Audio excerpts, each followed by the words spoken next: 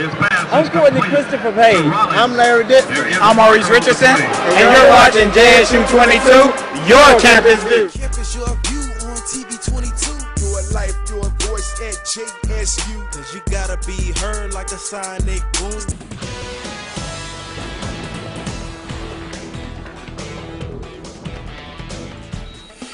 It's official, Jackson State University has a new leader. Hello, I'm Candace Sims. And I'm Jackie Barnes, and this is JSU22 Newswatch, a newscast produced by journalism students at Jackson State University.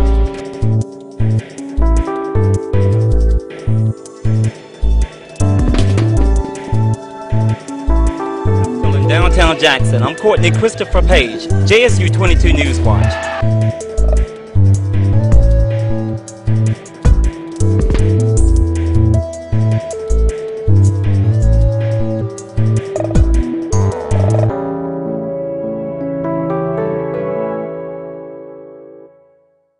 Our top story, the Board of Trustees of the State Institutions of Higher Learning has announced the unanimous decision to name Dr. Carolyn Myers as president of JSU. Dr. Myers will take the helm in January from current interim president, Dr. Leslie Burrow McLemore. JSU22 Newswatch was there when the big announcement was made. Recently, faculty, students, and supporters of Jackson State University were given the opportunity to meet preferred presidential candidate Dr. Carolyn Myers for the first time. During her visit, they asked questions and shared their thoughts and concerns about the university. DeMarco Johnson is a junior education major from Chicago, and while he loves being a student at Jackson State, he says there are priorities that should be addressed under the new president in the near future. Communication between the students and the staff at Jackson State University is one of the main things we need to work on. Student athlete Brittany Renner says she thinks having a female president will be a great addition to the legacy, but she still has many hopes and concerns. Be more involved in the athletics here, and just like when it comes to checking student IDs, maybe to be more strict about that and kind of like keep our campus a little bit safer than just like letting anybody be able to welcome onto our campus. Dr. Carolyn Myers has over 30 years of experience in higher education, where she served most recently as president of Norfolk State University in Norfolk, Virginia, as well as provost and vice chancellor for academic affairs for North Carolina A&T. She now looks forward to being a part of Jackson State's future and says that she's excited about coming to the place she's been watching for the past 10 years. Students are really just the lifeblood of the campus. You catch the enthusiasm, you learn a lot, you get a lot of great ideas, and I thought the turnout was just fabulous. I was very impressed with how much they care about Jackson State, and that speaks well for the university. At the close of the press conference, Dr. Carolyn Myers was officially named the next president of Jackson State by the Board of Trustees. She will begin in January 2011, just in time for the spring semester. If you'd like to view a special holiday message from incoming President Dr. Carolyn Myers, log on to our website at www.jsums.edu. A Jackson State University alumnus has been confirmed as the U.S. District Judge for the southern half of Mississippi. The state's two Republican senators, Thad Cochran and Roger Wicker, say the Senate confirmed Carlton Reed's nomination by a voice vote last week in Washington. President Barack Obama, a Democrat, nominated Reeves to the post in April. Reeves is a 1986 graduate of JSU and is a partner in the law firm of Pygott Reeves Johnson, PA, in Jackson. He also served as an assistant U.S. attorney from 1995 to 2001, where he was chief of the Southern District's Civil Division. Well, this week marks a very important time in history for those military supporters in full favor of the repeal of the Don't Ask, Don't Tell policy. During his speech at the Department of Interior, President Obama said that no longer will tens of thousands of people in uniform have to live a lie. So this morning, I am proud to sign a law that will bring an end to Don't Ask, Don't Tell. It is a law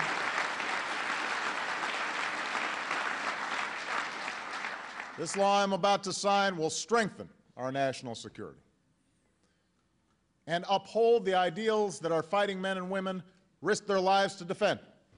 The president also encouraged any military members who were ousted to reapply once the old law fades away. That could take months as Pentagon officials rewrite lots of tricky regulations and policies.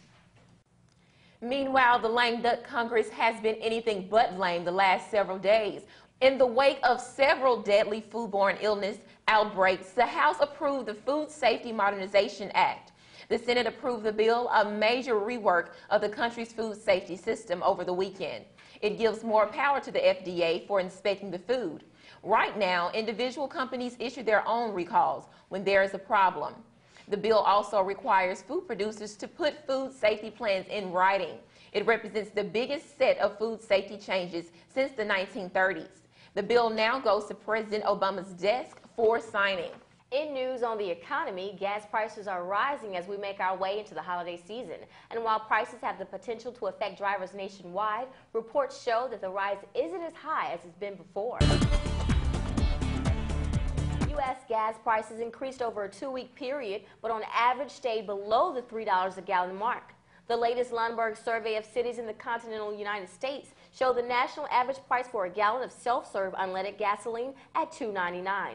A year ago, a gallon of gas cost 39 cents less than it does today. The Lundberg survey sampled prices at about 2,500 gas stations. The highest average price in the continental United States was in San Francisco, California, at $3.29 per gallon. The lowest price was in Denver, Colorado, at $2.68. Here in the metro area, the price of gas is now $2.76 at Fuelway and $2.79 at Kroger.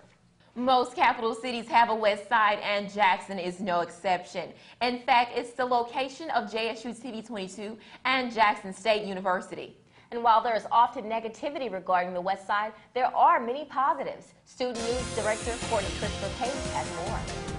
Thanks, Candace and Jackie. The news on the west side is favorable as portions of Capitol Street are tearing down a couple of eyesores. And there's a beautification project going on at the Jackson Zoo, as we see in today's page 22. This is Capitol Street in West Jackson. Back in the day, families enjoyed living at this apartment complex site and calling it home. Those days are now gone. This one-man wrecking machine has the task of tearing down every strip of wood on the inside and every brick on the outside. It's a project by the City of Jackson and Mayor Harvey Johnson Jr. And that's not all we found. At the intersection of Capitol and Waycaster Streets, workers showed up early to clear away this Capitol Street eyesore, a holy place for church members in the past. It will soon be a future memory after the church has been a victim to arson and vandals. The next stop, the Jackson Zoo. At the intersection of Parkside Place and Capitol Street, the zoo is getting a floral makeover to attract more visitors to the West Jackson Park. Vernon Hartley explains the initiative behind the new look. We're in the final wrap-up stages now, but what we're doing is trying to restore and revitalize Livingston Park, which is a part of the right close to the zoo. As you come into the zoo, the park area is over on the left side. It's a beautiful area. There's a lake there. There's plenty of picnic benches. What we're trying to do is revitalize so families can come out here, have picnics, family reunions, and otherwise enjoy a very, very scenic location right here in West Jackson. Inside the inner city, Habitat for Humanity is building on the inside with tips to weatherize some of its current homes. These tips will benefit homeowners in the winter. What we started about 4 years ago is we started going back and assessing our homes that were 10 years and older, because we wanted to see how they had stood the test of time, and by and large they had really aged well. But the bulk of them that we started building in Midtown in the early 90s, and so a bulk of the homes that we have built are right here in this grand neighborhood. Some are 10, 15, and some are even getting close to 20 years old. So that's why we picked this neighborhood for this major push project for the weatherization, because that's where the majority of the older homes are for the Habitat community. I think it's real nice because it's a way to save people money, especially how the economy going, and it's just a way of everybody just coming together as a whole. Well, we've been a partner with Habitat for 11 years, but this year was a little different. Instead of building a Habitat home, we worked with the Mississippi Department of Human Services to get older Habitat homes weatherized. In other words, to help make the homes more energy efficient so that the homeowners could have their bills would be more affordable. So that's kind of how this partnership started, and we've weatherized almost 100 homes in this neighborhood. And for Make a Difference Day, we said we need to celebrate this amazing partnership we've had for the past year and let the community know that these homes have been weatherized, and paint and fix up some of the homes that Habitat has on their preservation program list. Meanwhile, Mara Hartman enjoys the newfound partnership with Entergy. She says Entergy Star will save on your local utility bill. Well, absolutely, because if it carries that Energy Star designation, you know that it's one of the appliances that uses less electricity than, say, another one. It's the label to look for if you're wanting to save money on your electric bill. And some of the other projects going on include the Highway 80 project and a plan to save the state's largest mall, Metro Center Mall, right here in West Jackson. Candace, Jackie. Thanks, Courtney. It's time for your campus view. Jackson State recently hosted a forum dedicated to educating students on global communication in a roundtable discussion at the Mississippi E-Center at JSU. The Department of Mass Communications partnered with the Division of International Studies and organized a forum titled Communicating in a Global Society, Mass Media in the U.S. and Abroad. The goal was to expose, educate, and enlighten students about different cultural experiences. That's right. More than a dozen faculty, staff, and students from countries including Russia, Palestine, China, Kenya, Turkey, and Tunisia had a candid roundtable discussion with mass communication students. Several of the guests were Fulbright scholars teaching English as a second language at JSU. They answered questions ranging from comparisons in media objectivity and ownership in the U.S. and abroad to their perspectives on being minorities at an HBCU. Like, people here are really warm. They got me involved into many of their activities, night outs, as well as games, tailgates, things that I haven't experienced it in other states, because somehow in the north it's kind of cold and you get to go only one time in a week somewhere, the same places, but here many things that happens, new things happen on a daily basis that are really, really unexpected and positively unexpected because it kills the routine. Committee members plan on organizing one forum each semester and are soliciting suggestions for the next session. And earlier this month, students in Dr. Teresa Taylor's Blacks in Media class invited industry professionals to participate in a panel discussion titled Blackness, Portrayals and Roles of Blacks in Media. The event was held at the Mississippi E-Center at JSU. The panelists included WJTV News anchor Byron Brown, WAPT News anchor Stephanie Maxwell, R&B artist Lou Ryder, WJSU music director Larissa Hale, Savvy Incorporated owner Shamika Reed, and Marcus Johnson, creative director for Quicksilver Creative. Coming up next, find out why all the world is waiting for one day. You're watching Jsutv22 Newswatch. We will continue after these messages, so don't go away.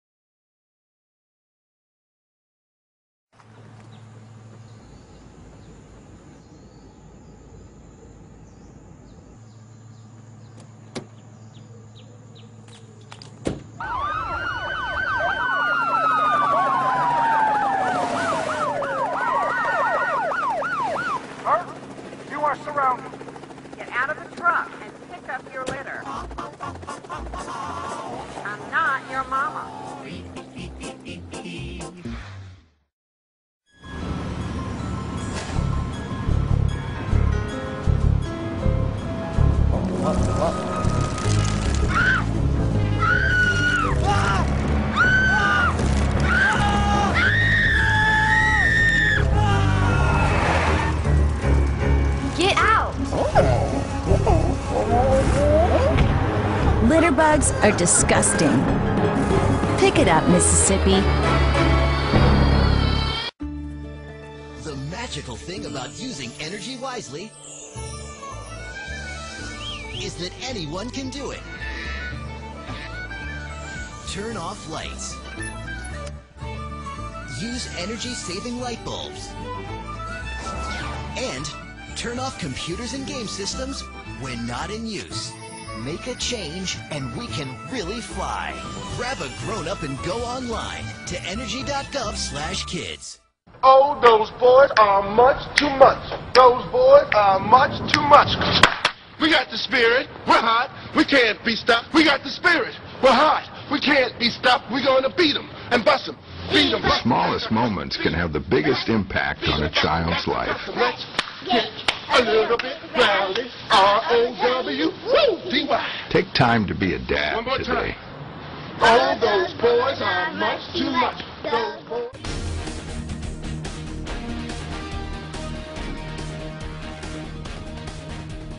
Welcome back. A Hollywood actress and dancer recently paid a visit to JSU during homecoming. Ronika Joyner has more on the visit by Vanessa Bell Calloway. Homecoming 2010 has passed, and Jackson State University had a special guest to appear, actress and dancer Vanessa Bell Calloway. Calloway was the homecoming parade's grand marshal, and she also made many appearances during her visit here at JSU. Our visit has been wonderful. Everybody's been so kind and open arms, and it's a lot of fun. I love the young energy, and I love historically black colleges. Calloway says that Jackson State is just like her home. Her daughter Jamesa is a junior accounting major here at Jackson State. She found her way here by the help and recruitment of Professor Dr. Lackey. We met him, and he offered Jamesa an opportunity to come here and be educated, and we were very grateful for that. Calloway left a message for Jackson State students that said to stay motivated, stay focused, and really go for your dreams, and understand that you can do anything you put your mind to. I am Ronika Joyner with JSU22. Vanessa Bell Calloway has also started a development foundation with Jackson State. The foundation will give financial assistance to foster care students ages 18 and up who wish to attend JSU. A JSU professor is helping his students who wish to act. Interim Chair Dr. Mark Henderson of the Department of Speech, Communication, and Theater recently worked on an adaptation of the Broadway play A Lesson Before Dying. I recently got a sneak preview. Dr. Mark Henderson is from Canton, Mississippi, and a graduate of Jackson State University. Dr. Henderson received his master's degree at Michigan State University and received his PhD from the University of Southern Mississippi. After getting his PhD, he came back to JSU and founded Mad Drama Performance Troupe. Beyond the fact that, I try to do different genres of theater throughout the year, as you know, we open the season with Living Fat, which is a comedy. I like to do a comedy, a drama, and a musical. And this is my drama in the series. But more importantly, what attracted me is the fact that this play has so many themes in it. And it was set in the 1940s, but when I decided to analyze it, I didn't want the black-white racism theme to be the dominant issue, what it could be. I wanted the theme to be how we're losing our black males to crimes and the prison system. Come on, Jefferson, who shot first? I don't know. Yes, you do, Jefferson. You're keeping this all mixed up. Who shot first? Role play. Yes, thank you. A Lesson Before Dying is a story about a young guy named Jefferson who was in the wrong place at the wrong time. While walking, Jefferson was picked up by some friends who were on their way to a liquor store. Upon arriving, his friends tried to rob the store owner, and a shootout ensued. The store owner and the two men died, and Jefferson remained at the scene of the crime. He was arrested and sentenced to death.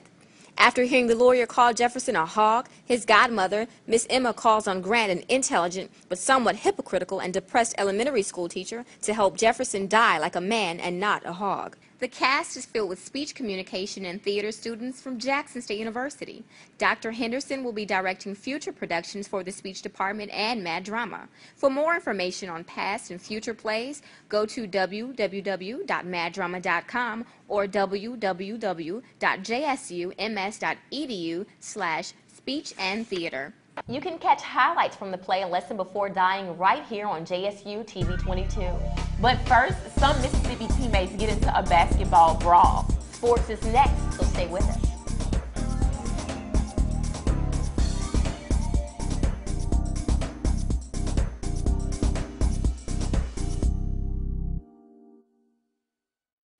I wouldn't have been at this ceremony if I hadn't been at this ceremony first.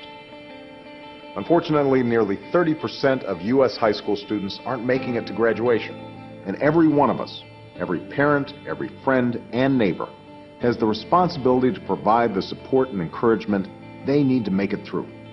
Because we all need to see a lot more of these pictures.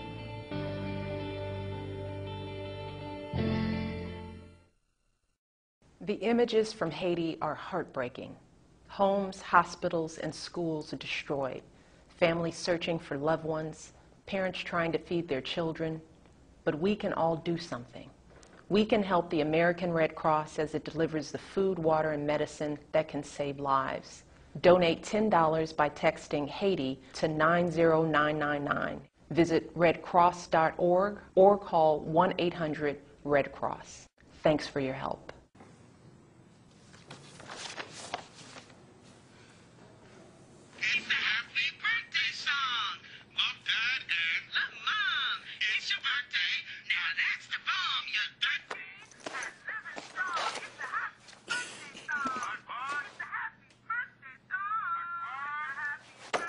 You don't have to be perfect to be a perfect parent, because kids in foster care don't need perfection. They need you.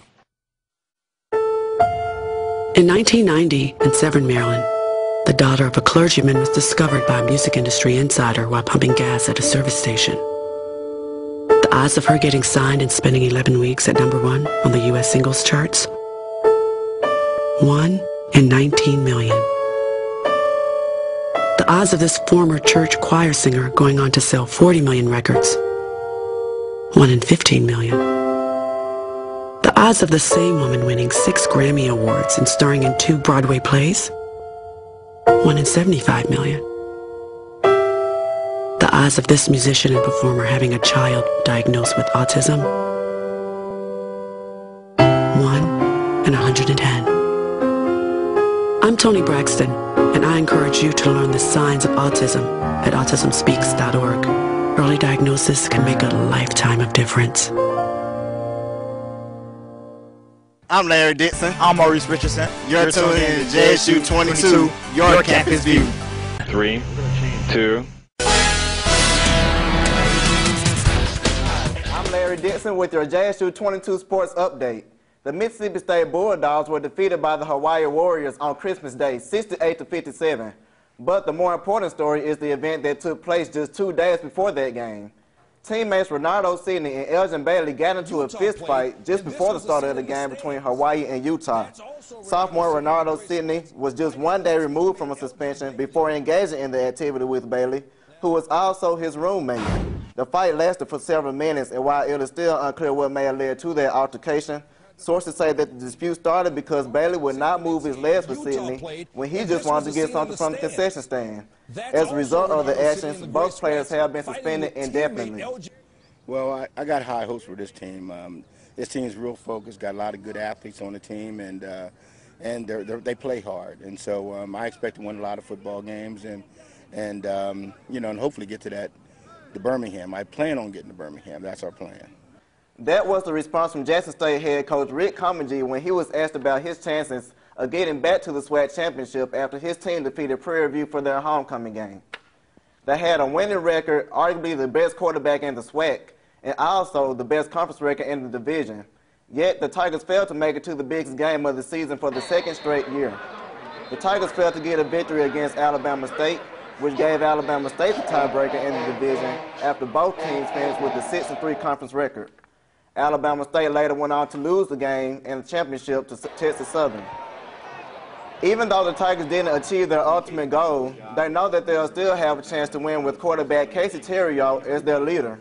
Terriot ended the season just shy of breaking Robert Kent's single-season passing and touchdown record. Well, like I said, we have a good team. We all play at a high level, and we all we come out here and compete every day. So if we can do that, we continue to get better. And really, I just we just owe it all to each other, and that's about it. There's been no doubt that he was a big part of the reason for JSU's success this past season, but the Tigers also have other key players who will be returning, who will have more experience and also will be hungry for another chance to go out and try to wield the team to a SWAC title. Starting running back B.J. Lee will be returning for another season as well as Terriot, and he'll have at least 2 familiar offensive linemen blocking for him next season, with Roger Gladden returning as a senior and also offensive lineman Stephon Kapler. And with key receivers coming back as well, Comagee seems to feel comfortable about next season. Though Comagee may not be too thrilled about not making it to the title game, he did refer to the season as a roller coaster ride, but also viewed it as a success and one to remember. And congratulations to South Panola High School. They are now the #1 high school football team in the nation. With your Jsutv22 Sports Update, I'm Larry Dixon. Have a great day. I've been looking over your green proposal. Great. It's fine, just fine. I'm sure it'll make people feel real good about the company. You should go over big with the tree huggers, too. See, the folks that I report to, they don't eat granola. So let me ask you, why would I sign this?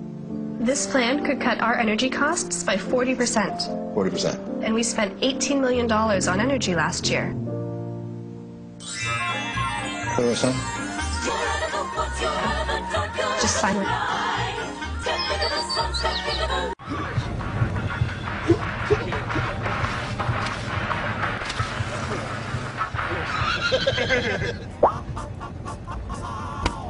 Did you throw that out the window? Do you throw things out of your window at home? Well, go back and pick it up. I want all that picked up. I'm not your mama.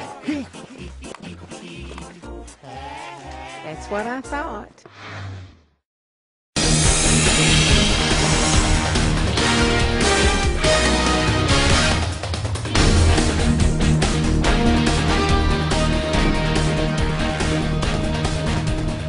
Some JSU students took time out from finals to give back this holiday season to community families in need. The JSU chapter of the National Association of Black Journalists sponsored its 10th annual Adoptive Family Party. What is this? The event was held at the Mississippi E Center at JSU. The goal is to identify and help a Jackson family have a merrier Christmas. This year's recipients of toys and gifts were Jackson resident Davalonia Sherelle and her 4 children, 9-year-old Jamiria, 7-year-old Frederica, 5-year-old Lakiria, and 11-month-old Adriana. NABJ members and advisors kept the spirit of giving in mind as they presented gifts and cash donations to the family.